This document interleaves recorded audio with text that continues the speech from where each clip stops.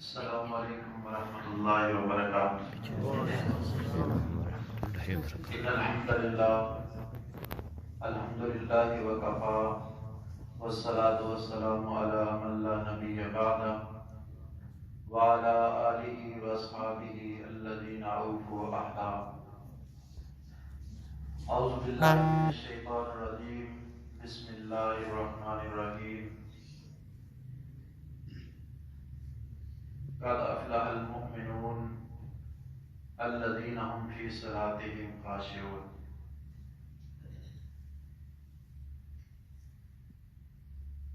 عزیز ساتھیو،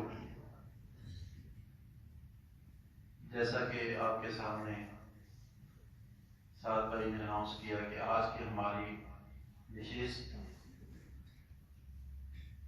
بڑی ہی اہم اور تربیت کے حوالے سے بڑی ضروری نشست ہے۔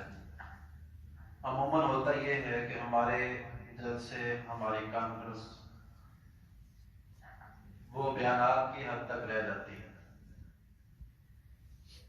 اس میں عملی طور پہ بہت ساری کمزوریاں نظر آتی ہیں۔ فائدہ بھی ہوتا ہے لیکن کمزوریاں بہت زیادہ نظر آتی ہیں۔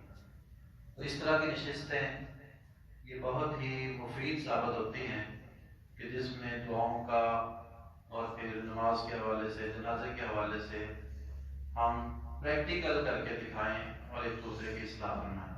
دعا ہے اللہ تبارک و تعالی ہم سب کو اپنی اپنی غلطیوں کی اصلاح کی توفیق عطا فرمائے اور ہمیں صحیح معنوں میں اسلام کے مطابق زندگی گزارنے کی توفیق عطا فرمائے۔ نماز کے متعلقہ جتنی بھی قرآن مجید میں آیات ہیں، میں نے ان سب کا بغور مطالعہ کیا اور احادیث رسول صلی اللہ علیہ وسلم جتنی بھی نماز کے متعلقہ ہیں، جب ان کو پڑھا گیا تو ہمارے سامنے تین قسم کے آدمی، تین قسم کے گروہ آتے ہیں۔ میں بڑی ہی اختصار کے ساتھ انشاءاللہ 12-13 منٹ میں آپ کے سامنے تین آدمیوں کا تذکرہ کروں گا۔ تو ہم نے یہ محاسبہ کرنا ہے کہ ہمارا شمار کس میں ہوتا ہے۔ وہ تین آدمی کون ہیں؟ سب سے پہلا وہ آدمی جو نماز پڑھتا ہے اور اس کو نماز پڑھنے کا فائدہ بھی ہوتا ہے، صحیح نماز پڑھنے والا، خشوع و خضوع والی۔ دوسرا وہ آدمی جو نماز تو پڑھتا ہے لیکن اس کو نماز پڑھنے کا فائدہ نہیں ہوتا، اس کا بھی تذکرہ کریں گے۔ اور تیسرا وہ آدمی جو نماز پڑھتا ہی نہیں، جس کو نماز سے پیار ہے ہی نہیں۔ سب سے پہلا جو نماز کو پڑھتا ہے اور اس کو فائدہ ہوتا ہے، اس کے بارے میں قرآن مجید نے کیا کہا ہے؟ میں نے ابھی آیت آپ کے سامنے پڑھی ہے، قد افلح المؤمنون۔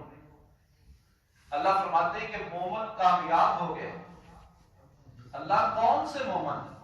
یہ اتنے سارے لوگ بیٹھے ہیں، ان میں سے کامیاب کون ہے؟ یہ پوچھنا چاہتے ہیں، یہ محاسبہ کرنا چاہتے ہیں کہ کون سا مومن کامیاب ہے۔ ہم سب کلمہ گو ہیں، کیا ہم سب کامیاب ہیں؟ فرمایا نہیں، الذین هم فی صلاتہم خاشعون۔ اللہ کے اس جملے پہ غور کیجیے ذرا۔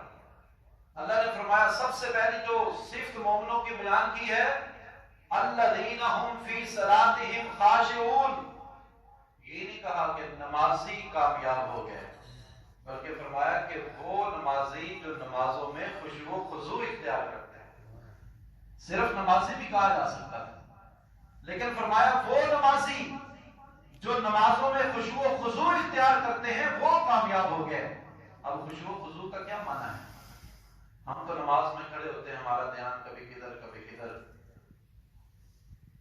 نمازوں میں خشوع و خضوع کا کیا معنی؟ ایک چھوٹی سی مثال سنیے۔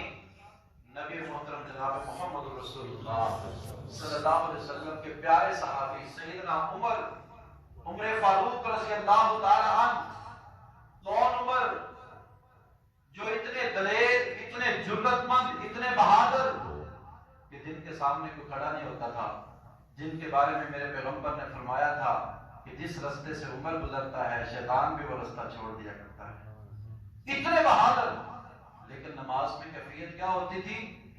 نماز پڑھا رہے ہیں، فجر کی نماز پڑھا رہے ہیں، مصلی نبوی پہ کھڑے ہیں اور نماز پڑھاتے پڑھاتے جب قرآن کی تلاوت کرتے ہیں اور اللہ کے عذاب کے تذکرے والی آیات پڑھتے ہیں، ان عذاب ربک لواقع، یہ آیات آتی ہیں زار و قطار رونا شروع کر دیتے ہیں۔ یہ ہے خشوع و خضوع والی نماز۔ عمر جیسا بہادر بندہ اللہ کے خوف سے، جن کو اللہ نے دنیا میں جنت کے ٹکٹ عطا کیے ہیں، وہ نماز میں اتنا خوف ہوتا تھا، اتنا خشوع و خضوع ہوتا تھا، روئے جا رہے ہیں، روئے جا رہے ہیں۔ محدثین نے لکھا ہے اتنا روئے، بار بار آیت پڑھتے جا رہے ہیں، روتے جا رہے ہیں، اتنا روئے کہ بے ہوش ہو کے مصلی پہ گر جاتے ہیں۔ اس کو نماز کہا جاتا ہے۔ یہ ہے نماز خشوع و خضوع والی۔ ان کے بارے میں اللہ فرما رہے ہیں قد افلح المؤمنون، ایسے مومن کامیاب ہو گئے۔ آئیے آگے چلتے ہیں۔ دوسرا بندہ جو نماز کو پڑھتا ہے لیکن اس کو نماز کا فائدہ نہیں ہوتا، اور شاید ہم میں سے بہت سارے لوگ اس آدمی میں جن کا شمار ہوتا ہے۔ ہم نے آج اپنا محاسبہ کرنا ہے، انشاءاللہ میری تھوڑی مختصر گفتگو کے بعد پریکٹیکل کروایا جائے گا۔ آپ کو نماز سکھائیں گے ساتھ بھائی، میں بھی ساتھ شامل ہوں گا۔ ہم نے یہ سوچنا ہے، اللہ کے قرآن کے اس جملے پہ غور کرنا ہے۔ اللہ نے قرآن میں کیا کہا ہے؟ فَوَيْلٌ لِّلْمُصَلِّينَ، پڑھا ہے نا سب نے؟ فَوَيْلٌ لِّلْمُصَلِّينَ، فَوَيْلٌ لِّلْمُصَلِّينَ۔ اٹھائیے حدیث کی کتابیں، تفسیر کی کتابیں۔ ویل ہے مصلین کے لیے، نمازیوں کے لیے ویل ہے۔ ویل مطلب اس کو کہا گیا بربادی کو، تباہی کو، اور ایک حدیث میں آتا ہے ویل جہنم کا گڑھا ہے۔ اللہ نے قرآن میں کہہ دیا فَوَيْلٌ لِّلْمُصَلِّينَ، نمازی جہنم کے گڑھے ویل میں چلے گئے۔ اللہ یہ کیسا فیصلہ؟ یہ کیا ہوا؟ نماز بھی پڑھے جہنم میں بھی جائیں، نماز بھی پڑھے تباہ بھی ہو جائیں، نماز بھی پڑھے غلط بھی ہو جائے، کیوں؟ اللہ کہتے ہیں ایسے نہیں۔ اگلی آیت پڑھو سمجھ آ جائے گی۔ الذین ھم عن صلاتہم خاشعون، وہ نمازی جہنم میں جائیں گے جو اپنی نمازوں میں سستی کرتے ہیں۔ ابھی میں نے یہ نہیں کہا کہ بے نماز جہنم میں جائے گا، وہ اگلی بات ہے۔ ابھی دوسرے بندے کا تذکرہ ہو رہا ہے۔ قرآن میں اللہ کہہ رہے ہیں کہ اگر اپنی نمازوں میں سستی کرو گے فَوَيْلٌ لِّلْمُصَلِّينَ۔ اب سستی کا کیا معنی ہے بھائیو؟ آج ہماری نمازوں میں بڑی سستی ہے۔ دو معنی ہیں سستی کے۔ ایک معنی سستی کا یہ ہے کبھی نماز پڑھ لی کبھی چھوڑ دی۔ 5 نمازیں فرض ہیں۔ کتنے نمازیں فرض ہیں؟ نوافل کی بات نہیں کرتے، فرضی نمازیں 5 نمازیں ہیں۔ 3 پڑھ لی، 4 پڑھ لی، 1 چھوڑ دی، 2 چھوڑ دی، 3 چھوڑ دی، جمعہ پڑھ لیا، باقی نمازوں کی پرواہ نہیں ہے۔ اپنی مرضی کی نماز، یہ سستی ہے۔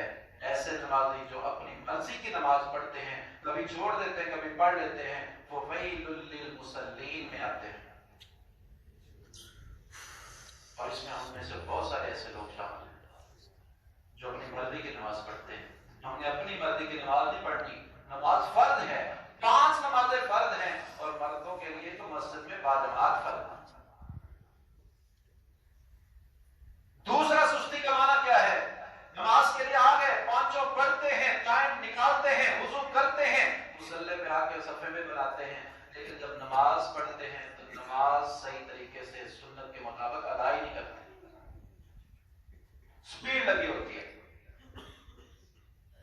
جیسے موٹر وے پہ گاڑی چل رہی ہے، سیدھا سپیڈ سے سجدے سے سر اٹھایا، کمر سیدھی نہیں ہوئی، دوسرے سجدے میں تیزی کے ساتھ نماز۔ میرے پاک پیغمبر علیہ الصلوۃ والسلام ایک دن مسجد نبوی میں تشریف فرما ہے، حدیث کا واقعہ سب نے سنا ہوا ہے، یاد دہانی کے لیے ایک صحابی آئے، نماز پڑھی، واپس پلٹے، آقا علیہ الصلوۃ والسلام کو سلام کہا، آپ نے جواب دیا، اور کیا جملہ بولا؟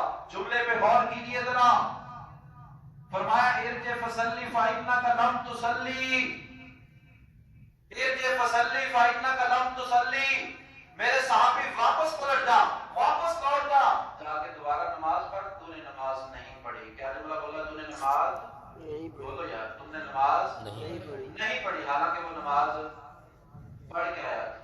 نماز پڑھ کے آیا تھا کہ نہیں؟ نماز پڑھ کے آیا تھا۔ میرے پیغمبر نے فرمایا ارجع فصلی فإنک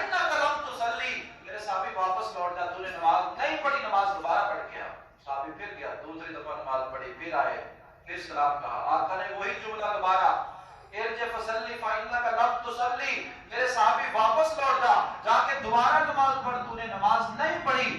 تیسری دفعہ بھی نماز پڑھ کے آیا، پھر وہی جملہ، بیٹھ گیا، آقا جی مجھے تو اس کے علاوہ نماز پڑھنے کا طریقہ ہے ہی نہیں، ڈنگ ہی نہیں آتا، آپ بتلائیے میری نماز میں سستی کیا ہے۔ صحیح البخاری کی روایت سنا رہا ہوں، پوری روایت نہیں سناتا، شارٹ کٹ، اس میں جو مین چیز میرے پیغمبر علیہ السلام نے اس صحابی کو بتائی وہ کیا تھی؟ جب وہ رکوع سے سر اٹھاتا تھا وہ ابھی کمر سیدھی نہیں ہونے دیتا تھا، سجدے میں گر جاتا تھا، جب سجدے سے سر اٹھاتا تھا ابھی کمر سیدھی نہیں ہوتی تھی، دوسرے سجدے میں آقا نے فرمایا حتی تطمئن قائما، اور میرے صحابی جب تو کھڑا ہوتا ہے نا رکوع سے، جب تک تیری کمر سیدھی نہ ہو جائے، اطمینان سے کھڑا نہ ہو جائے، اس وقت تک سجدے میں نہ جایا کر، دعائیں پڑھا کر، اس میں لمبی حدیث میں پوری نماز کا ہے، اب میں مختصر کر رہا ہوں، رکوع سجدے سے سر اٹھاؤ حتی تطمئن جالسا، جب تک تم اطمینان سے بیٹھ نہ جاؤ، کمر سیدھی کر کے بیٹھ نہ جاؤ، دوسرے سجدے میں نہ جایا کرو۔ یہ دو سستیاں تھیں اس نماز میں، مین دو سستیاں، دو کمیاں کوتاہیاں، جس کی بنیاد پہ میرے پیغمبر نے پوری نماز میں جملہ بولا ارجع فصلی فإنک لم تصلی، میرے صحابی تو واپس لوٹ جا، تو نے نماز پڑھی۔ آج ہماری نمازوں کا کیا بنے؟ ہمارا نہ رکوع، نہ سجدہ، نہ قیام، نہ تشہد، کوئی چیز بھی ہماری نبی اسلام کی سنت کے مطابق ہے ہی نہیں، نہ دھیان نماز میں، نہ ہمیں صفحے بنانے کا طریقہ آتا ہے تو سستی کرتے ہیں۔ بہت سارے ہم میں سے ایسے ساتھی ہیں جن کو طریقے پتہ ہوتے ہیں، سستی بہت زیادہ ہے، سب میں ہم ٹیڑھی میڑھی سب کر دیتے ہیں، فاصلے بنا دیتے ہیں، رکوع سجود سپیڈ سے کر رہے ہوتے ہیں، کہیں ایسا نہ ہو کہ ہمارا شمار فویل للمصلین میں ہو جائے۔ نماز میں سستی نہیں کرنی۔ آئیے بات کو ختم کرتے ہیں۔ تیسرا وہ بندہ جو نماز پڑھتا ہی نہیں، جس کو نماز سے پیار ہے ہی نہیں، ادھر حی علی الصلاۃ کے جملے پکارے جا رہے ہیں، حی علی الفلاح، آؤ فلاح کی طرف، آؤ نماز کی طرف، مؤذن پکار رہا ہے، اذان ہو رہی ہے، اسپیکر میں ہو رہی ہے، بلند آواز سے ہو رہی ہے، ہمارے کانوں میں ہیڈ فون لگے، ہم نہیں اتارتے، موبائل پہ گیمیں کھیلتے جا رہے ہیں، نماز کی پرواہ نہیں ہے۔ قیامت کے دن کیا ہوگا؟ جنتی جنت میں، جہنمی جہنم میں، جنتیوں کی ہر خواہش پوری کی جائے گی، اور اللہ تبارک و تعالیٰ جب جنتی یہ سوال کریں گے، خواہش کریں گے کہ کاش وہ جو ہمارے ساتھ تارکاباد میں پھرنے والا ہمارا دوست بھائی جو ہمارے ساتھ گھومتا تھا نا، جس کے ساتھ ہم دکان پہ بیٹھتے تھے، جس کے ساتھ ہم بازاروں میں گھومتے تھے، وہ نظر نہیں آ رہا، اللہ خواہش کے مطابق اس سے ملاقات کروائے گا۔ اگر جنت میں ہوگا جنت میں ہوگی ملاقات، اگر وہ جہنم میں ہوگا جہنم جلتی ہوئی سامنے آ جائے گی۔ وہ بندہ دیکھے گا یار یہ میرا ساتھی تھا، یہ میرا دوست تھا، خانے باغ میں ہم اکٹھے رہتے تھے، یہ جہنم میں کیوں چلا گیا؟ قرآن نے بیان کیا ہے فی جنات یتساءلون عن المجرمین ما سلککم فی سقر، جنتی سوال کرے گا بھئی تو جہنم میں کیسے چلا گیا؟ تو تو ہمارا ساتھی تھا، تو تو مسلمان تھا، ما سلککم فی سقر، تجھے جہنم میں کس چیز نے ڈال دیا؟ تو جہنم میں کیا کر رہا ہے؟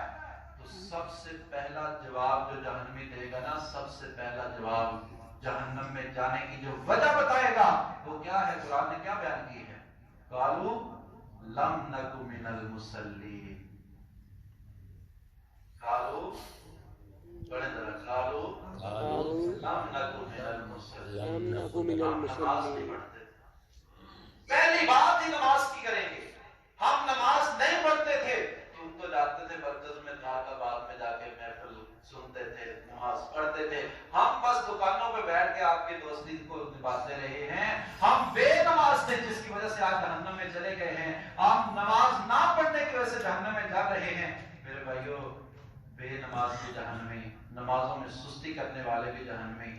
اگر ہم نے ٹائم نکال ہی لیا ہے نماز کے لیے، صحیح طریقے سے نماز پڑھو، سنت کے مطابق نماز پڑھو۔ نماز سے غفلت کیوں کرنی ہے؟ ایک ہی تو رکن ہے اسلام کا جو پورے 365 دن ہماری پہچان ہے مسلمانوں کی، 5 ارکان ہے بنیادی، کلمہ پڑھا مسلمان ہو گئے، روزہ 1 سال کے بعد 1 مہینہ ہے، زکوٰۃ ہر بندے پہ فرض نہیں ہے، صاحب نصاب پہ فرض ہے، حج صاحب استطاعت پہ فرض ہے، ایک نمازیت ہے جو آپ کی پہچان کرواتی ہے کہ آپ مسلمان ہو یا نہیں ہو۔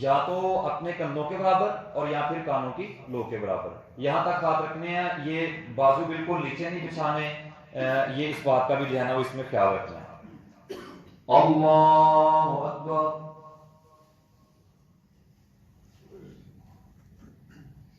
پاؤں دیکھیں بھائی، ٹھیک ہے سارے پیچھے جڑے ہوئے ہیں، پاؤں ملنے چاہیے آپس میں، اور سیدھے کھڑے ہوں پاؤں، انگلیاں۔ اللہ اکبر۔ یہ ابھی یہ ایک رکعت کا ہی تھا، اس میں ابھی آخری تشہد میں جو ہے نا آپ جب اللہ اکبر کہتے ہیں ساتھ ہی مسری کھڑے ہو جاتے ہیں، یہی تو ہمیں سیکھنا ہے۔ جی جی جب تک امام اللہ اکبر میں اللہ کرتے ہمیں نہیں کرنی چاہیے۔ جی بالکل ایسے، یہ بات تو میں نے یعنی شروع میں بھی کی اور ساتھ ساتھ بھی میں کرتا رہا ہوں کہ جب امام اپنا عمل پورا کر لے، اس کی آواز آپ سن لیں مکمل اور اس کے بعد اپنا عمل شروع کریں، تو یہ بات بالکل انہوں نے دوبارہ پھر اس کی طرف توجہ دلائی ہے، تو یہ بات تو بالکل کہی گئی۔ اچھا تشہد کے اندر بیٹھیں گے آخری تشہد میں، اس میں جو ہے نا وہ بیٹھنے کا مکمل طریقہ بھی تورک کر لیں، ایک پاؤں جو جی بالکل یہ کر کے دکھا دیں۔ آپ بایاں پاؤں جو ہے بیٹھ کے دکھا وہ کان کے نیچے سے نکالیں، آخری تشہد میں تورک جو ہے غور سے دیکھو کہ یہ والا جو بایاں پاؤں ہے دائیں ٹانگ کے نیچے سے بایاں پاؤں اپنی دائیں ٹانگ کے نیچے سے اور نکالیں گے، سیدھا کھڑا رہے گا، ٹھیک ہے، یہ تورک کہتے ہیں اس کو، یہ آخری تشہد میں صرف عمل ہے۔ وہ ہاں جی وہ شہادت کی انگلی اس کو بتا دیں۔ جی بالکل یہ آخری اس تشہد میں حافظ صاحب اس کا جواب دے دیں گے بعد۔ اگر کسی بھائی کا کوئی سوال ہوگا تو اس میں حافظ صاحب اس کا انشاءاللہ جواب دیں گے بعد۔ والا جواب کی نشست میں انشاءاللہ مزید ٹھیک جی پاؤں کا جو ہے نا وہ اس کا خیال رکھنا ہے کہ دائیں پاؤں کے نیچے سے بائیں پاؤں نکال لینا ہے، اور اس میں پھر تشہد ہماری انگلی پہ نظر ہونی چاہیے، اور بالکل تشہد میں بیٹھے سارے بھائی، اور ایسے جیسے آپ نماز کے اندر بیٹھے ہوئے ہیں۔ جی بالکل انگلی ہلانی چاہیے۔ اچھا ابھی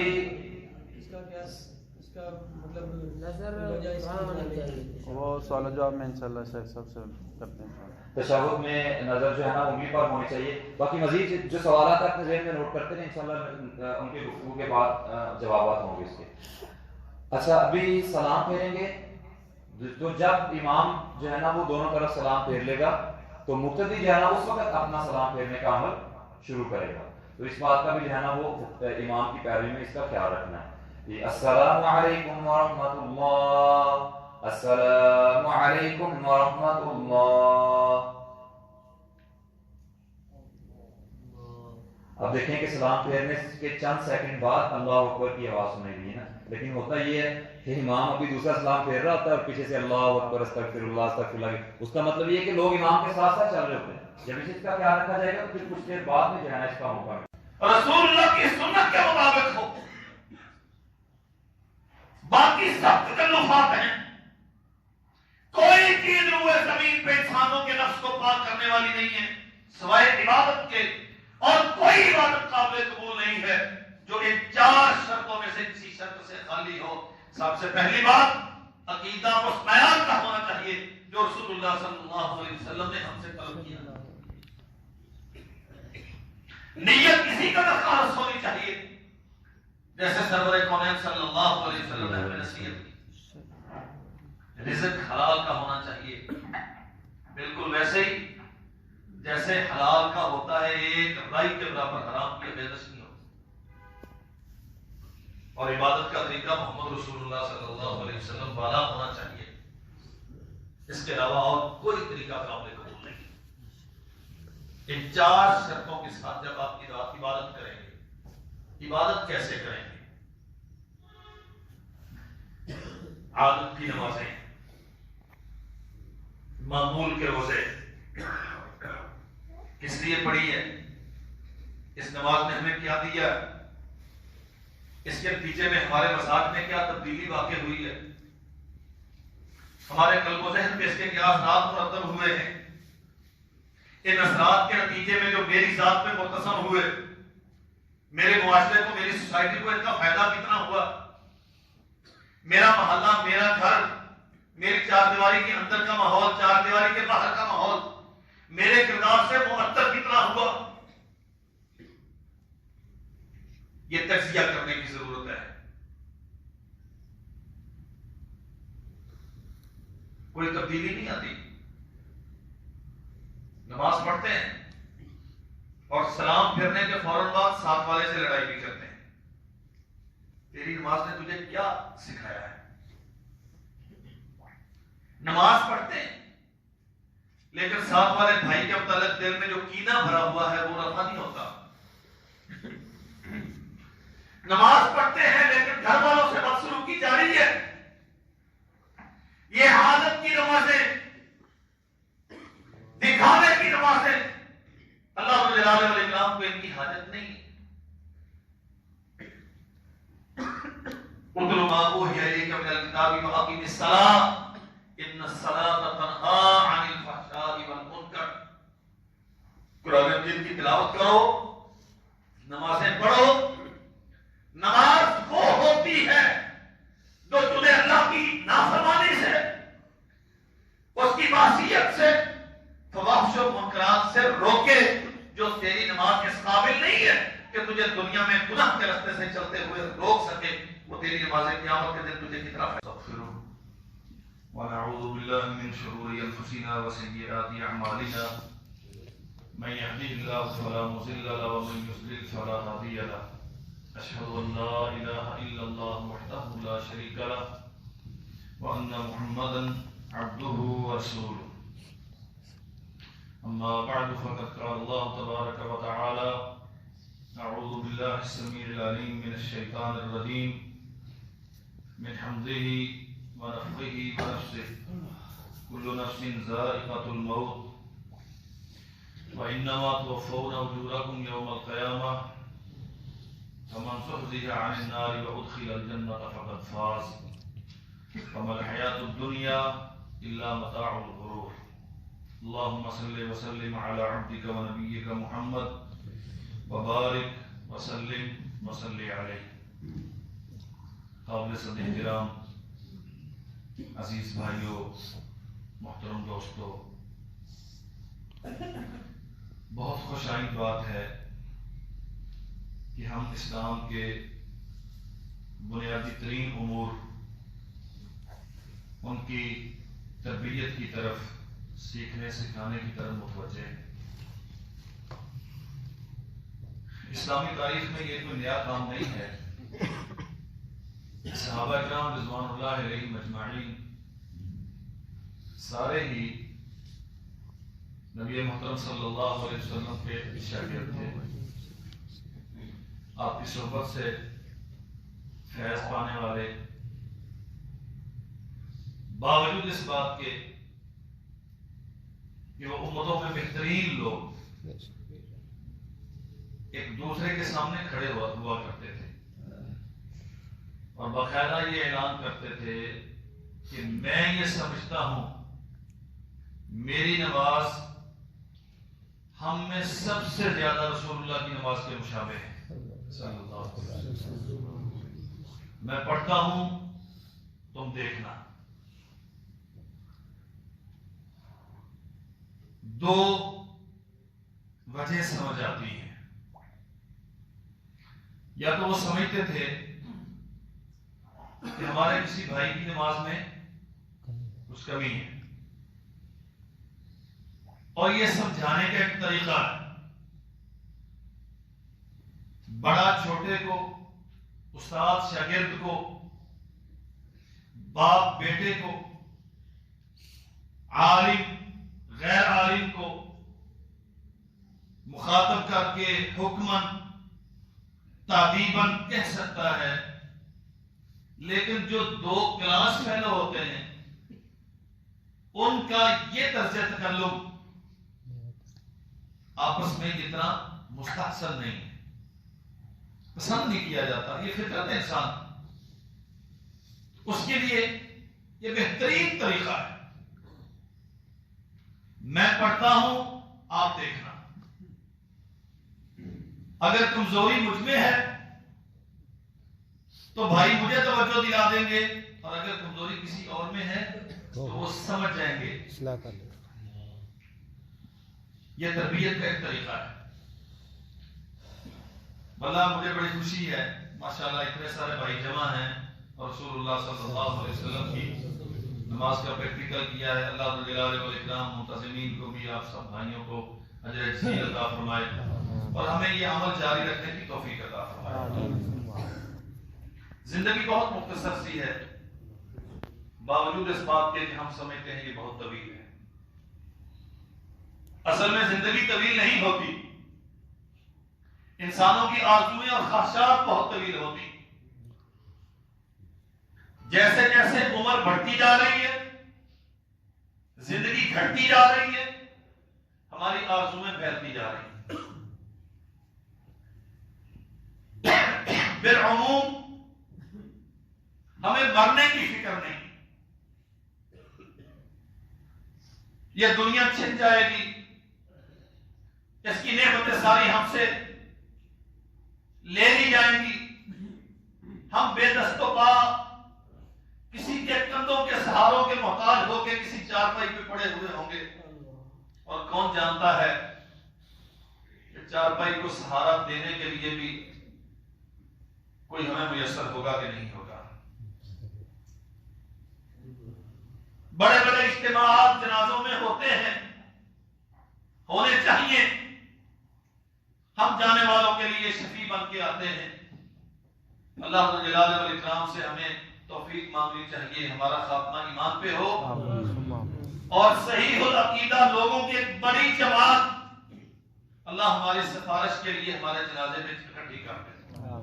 لیکن بھائیو، دنیا میں کتنے ہی ایسے جنازے ہوتے ہیں جب وہ آدمی زندہ تھے تو اس کی سواری کے نیچے لوگ قالین بچھایا کرتے تھے، وہ گزرتا تھا تو اس پہ گل پاشی ہوتی تھی، وہ آتا تھا تو عورتیں چھتوں پہ لٹک لٹک کے منڈیروں کے ساتھ نیچے کو جھک جھک کے اس کا دیدار کیا کرتی تھی۔ لیکن جب مرا تو کندھا دینے کے لیے وہ دو چار مزدور ٹائپ کے لوگ میسر آئے، اس کے علاوہ اور کوئی بندہ اس کے جنازے میں نہیں تھا۔ ہمیں مرنا ہے، اور مرنے کے بعد اللہ جلالہ والاکرام کی بارگاہ میں کھڑا ہونا ہے۔ وَإِنَّمَا تُوَفَّوْنَ أُجُورَكُمْ يَوْمَ الْقِيَامَةِ، تمہیں پورا پورا اجر دیا جائے گا۔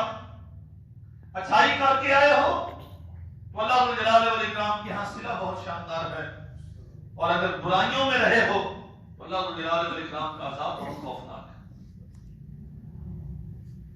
وَإِنَّمَا تُوَفَّوْنَ أُجُورَكُمْ يَوْمَ الْقِيَامَةِ، یہ قانون ہے، استثنائی صورتیں ہیں، وہ چاہے تو 100 کے قاتل کو معاف کر دے، اسے پوچھنے والا کوئی نہیں، اور چاہے تو ایک دن کا نجائز توڑنے والے کو پکڑ لے۔ کون ہے جو اس کی قدرت کے سامنے دم مار سکے؟ قانون یہی ہے۔ اللہ جلالہ والاکرام فرماتے ہیں ہم جو کچھ تم دنیا میں کرتے آئے ہو اس کا پورا پورا صلہ دیں گے۔ اچھا ہے تو اچھا صلہ ملے گا، برے کام کیے ہیں اس کا نتیجہ برا ہوگا۔ فَمَنْ زُحْزِحَ عَنِ النَّارِ وَأُدْخِلَ الْجَنَّةَ فَقَدْ فَازَ، وہ عقیدہ جس کے فضائل میں ہم نے یہ مسئلہ پڑھا ہے، جو بندہ لا الہ الا اللہ کا اقرار کرتا ہے وہ جنت میں داخل ہوگا۔ یقیناً یہ بات صحیح ہے، اور ہمارے پاس جنت میں داخل ہونے کی سب سے بڑی دلیل ہمارے عقیدے کا ٹھیک ہونا ہے۔ اللہ جلالہ والاکرام ہمیں یہ توفیق ودیت فرمائے۔ میرے عزیز بھائیوں، جو بندہ صحیح عقیدے پر مرے گا وہ بالآخر جنت میں جائے گا۔ بالآخر جنت میں جانے کا معنی کیا ہے؟ اللہ چاہے تو اس کی غلطیوں کے نتیجے میں اسے پکڑ کے جہنم نصیب کر دے، ایمان کی وجہ سے جہنم سے نکال لیا جائے گا۔ لیکن جو غلطیاں ہوں گی اگر اس کی طرف سے معافیوں کے اعلان نہ کیے گئے، اور یاد رکھو میرے بھائیوں، جہنم کا ایک دن 60-70 سال کی پرتعیش زندگی اس کی لذتیں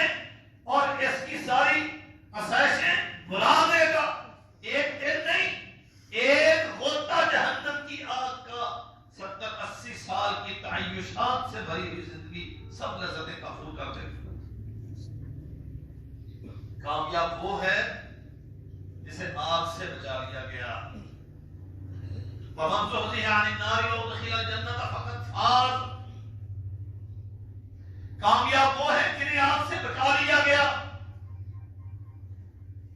عفو درگزر معافی، لیکن کن کے لیے؟ جو سرکش تھے، جو بغاوت پہ تلے ہوئے تھے، جو سب کو جانتے بوجھتے اس کی نافرمانیوں پہ ڈٹے ہوئے تھے. يَعْمَلُونَ السُّوءَ بِجَهَالَةٍ ثُمَّ يَتُوبُونَ مِنْ قَرِيبٍ. جہل کی وجہ سے، فطری کمزوری کی وجہ سے انسان کا مزاج غالب آ گیا اس میں. ان عوارض کی وجہ سے اگر وہ بندہ غلطی کر بیٹھا، ثم یتوبون من قریب، اس پہ اصرار نہیں کرتا، اس پہ تواتر اختیار نہیں کرتا، ایک غلطی کو دوسری غلطی کے لیے دلیل نہیں بناتا. نہ اپنی غلطی اس کے لیے دلیل ہے، نہ دوسروں کی غلطی اس کے لیے دلیل ہے. یہ مسئلہ سمجھ لیجیے. شیطان ہمیں سمجھاتا ہے یہ کام کل بھی تو کیا تھا، کچھ نہیں ہوا نا، کسی نے دیکھا نہیں ہے، میری عزت محفوظ ہے. اسے دلیر کرتا ہے اور ایک غلطی دوسری غلطی کے لیے دلیل بنتی ہے. انسانوں کی غلطی میں دوسروں کے لیے دلیل بنتی ہے. اس نے کیا تو اسے کیا ہوا، اس نے کیا تو اسے کیا ہوا. یہ سرکشی ہے، یہ بغاوت ہے. کر لی، انسان تھا، کر لی. ثم یتوبون من قریب. ایک تو غلطی کی ہے، سرکشی بھی کی. فرق ہے سرکشی اور غلطی میں. بغاوت اور سرکشی ہے چیلنج کرنا، اللہ جلال و اکرام کی سپرمیسی کا انکار کرنا. ہم نہیں مانتے. جو یہ کرتا ہے اس کے لیے کوئی جائے بنا نہیں ہے. اللہ جلال و اکرام ڈھیل دیتا ہے انسانوں کو، زبان سے نہ بھی کہے، عملاً اعلان یہی ہوتا ہے ہم نہیں مانتے. اور بڑا سمپل سا اس کا پیرامیٹر ہے. اگر ہم غلطیوں پہ نادم ہوتے ہیں، اگر ہمارا ضمیر ہمیں کچوکے لگاتا ہے، ایک کثرت پیدا ہوتی ہے کہ میں نے غلط کیا، شرمندگی ہوتی ہے، اپنے آپ سے گیٹ آتی ہے، نگاہ اٹھا کے چلنے کی ہمت ہم کھو بیٹھتے ہیں. چاہے دیواروں کے پیچھے صحیح، رات کی تاریکیوں میں صحیح، لوگوں کی نگاہوں سے اوجل ہو کے صحیح، غلطی تو کی ہے. اگر ہمارے دل کی کیفیت یہ ہوتی ہے نا غلطیوں کے بعد، ہمیں سمجھ لینا چاہیے کہ ہم سرکش نہیں. لیکن اگر غلطی پر فرحت کا احساس ہوتا ہے، اگر گناہ پر خوشی کا اور ہر گناہ ہمیں دلیر کرتا ہے، تو میرے بھائیوں واللہ یہی سرکشی ہے. یہ چیلنج کرنا ہے اللہ جلال و اکرام کو، یہ انکار کرنا ہے اس کی قدرتوں کا. اور وہ زمین کے کون ہے جو اس خالق کی سپرمیسی کو چیلنج کرے اور اسے کوئی جائے بنا بھی اثر ہو. اللہ کی بچھائی ہوئی اس زمین کے علاوہ ہمارے لیے کوئی زمین نہیں ہے. اس کے دیے ہوئے آسمان کے علاوہ ہمارے پاس کوئی آسمان نہیں ہے. اور سچ یہ ہے انسانیت کو دانش جتنے بھی گھوڑے دوڑا لے، آپ کے پاس اللہ جلال و اکرام سے فرار کی کوئی جگہ نہیں. اس لیے ہم انسان ہیں، غلطیاں ہوتی ہیں، ہوں گی، لیکن میرے عزیز بھائیوں غلطیوں کو غلطیاں رہنے دیں، انہیں سرکشی میں تبدیل مت کریں. اللہ سرکشی معاف نہیں کرتا. غلطیوں کی قیامت کے دن معافی کے امکانات ہیں،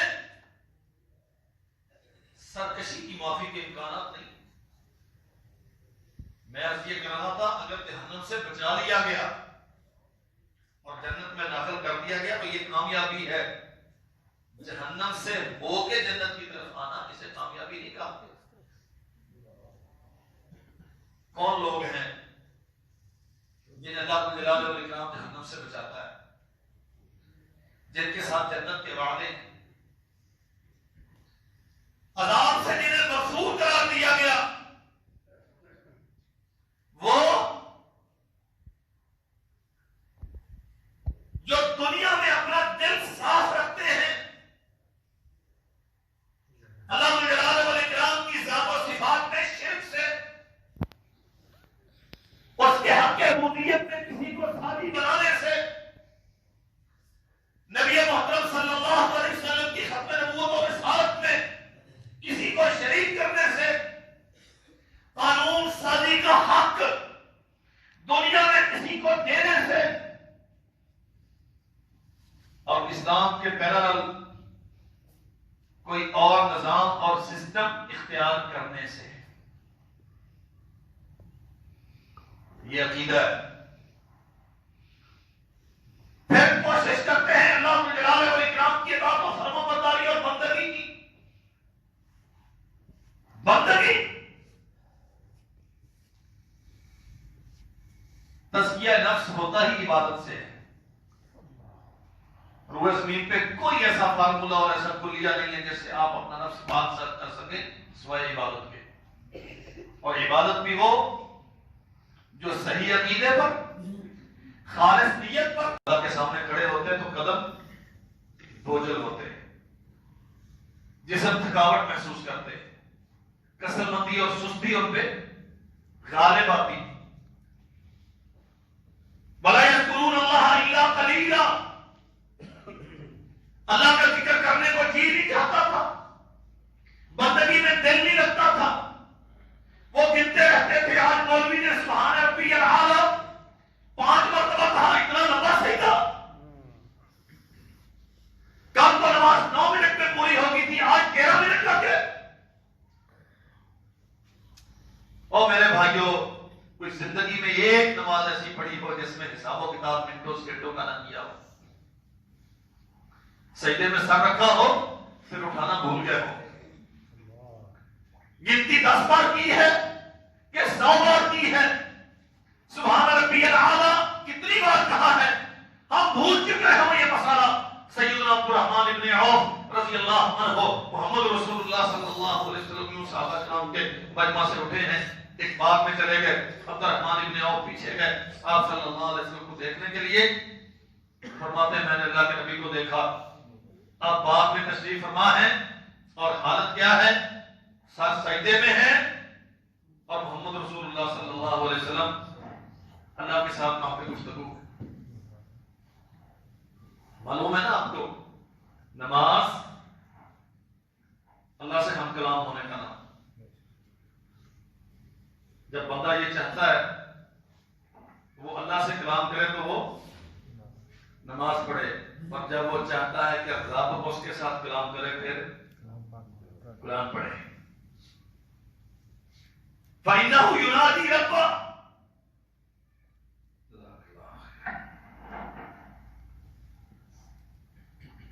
نماز پڑھنے والا اللہ سے راز و نیاز کرتا ہے. سرور کونین صلی اللہ علیہ وسلم سر سجدے میں ہے اور اللہ جلال و اکرام کی عظمت و رفعت کے اعلان کر رہے ہیں. عبد الرحمن ابن عوف کہتے ہیں میں اتنا لمبا سجدہ ہادی کائنات کا میں پریشان ہو گیا کہیں رسول اللہ فوت تو نہیں ہو گئے. اللہ اکبر. سجدے سے سر اٹھایا اور یہ سجدہ تشکر تھا، یہ نماز فرض کا سجدہ نہیں تھا، یہ شکرانے کا سجدہ تھا. عبد الرحمن کس بات پہ پریشان ہو، اللہ کے نبی اتنا لمبا سجدہ، میں تو گھبرا گیا کچھ حادثہ نہ ہو گیا ہو. فرمایا اللہ جلال والاکرام نے مجھے یہ بشارتیں دی تھی، یہ جو عقیدہ اختیار کرے گا توحید والا میں اسے ضرور جنت میں داخل کروں گا.